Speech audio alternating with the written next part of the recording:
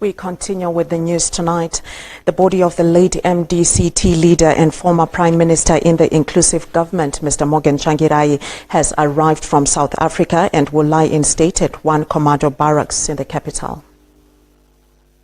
Many are calling it a platform to share. Apologies for that mix-up there. We bring you that report there where the body of the late mdc-t leader and former Prime Minister in the inclusive government, Mr. Gogo Tsvangirai, has arrived from South Africa and it will lie in state at one commando barracks in the capital. Hundreds of mdc-t party supporters thronged the Robert Mugabe International Airport to receive the body of Mr. Gogo Tsvangirai. mdc-t National Chairperson, Mr. Morgan Committee and Family Spokesperson, Mr. Tsvangirai, thanked government for assisting in the repatriation of Mr. Tsvangirai's body. Mr. Tsvangirai also spoke about the burial arrangements of the late Mr. Tsvangirai. The state has been assisting in handling even the repatriation process and throughout the whole process the state will be involved. The state is assisted even providing some of the logistics that they are helping the person. I'm sure we do appreciate that. Muswe chipiri taati chiti kuma 11 mogena anenge oradzikwa kumusha. Acting Media, Information and Broadcasting Services Minister, Ambassador Simon Kai Moyo, described the late Mr. Tsvangirai as a courageous man who deserved a befitting send-off. Ndatumwa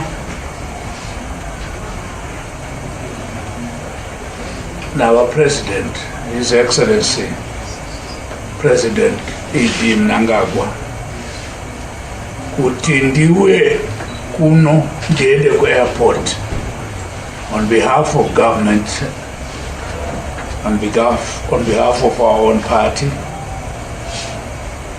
to receive together with Amane Chamari the body of a great man.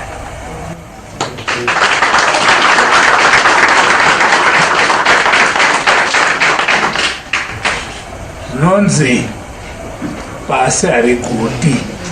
The arrival of the body witnessed some friction as the late Mr. Tsvangirai's mother protested over the presence of Mr. Nelson Chamisa and Mr. Tsvangirai's widow, Elizabeth. Eriza ndikuona Pano na Chamisa kana speaker Chamisa ndikuiona ndinoti Pano ndikazvisungirira. Government has announced it will give the mdc-t leader a state-assisted funeral. Roderick Mashingaidze, ZBC News, Harare. Arrival of the body witnessed some friction as the late Mr. Tsvangirai's mother protested over the presence of Mr. Nelson Chamisa and Mr. Tsvangirai's widow, Elizabeth.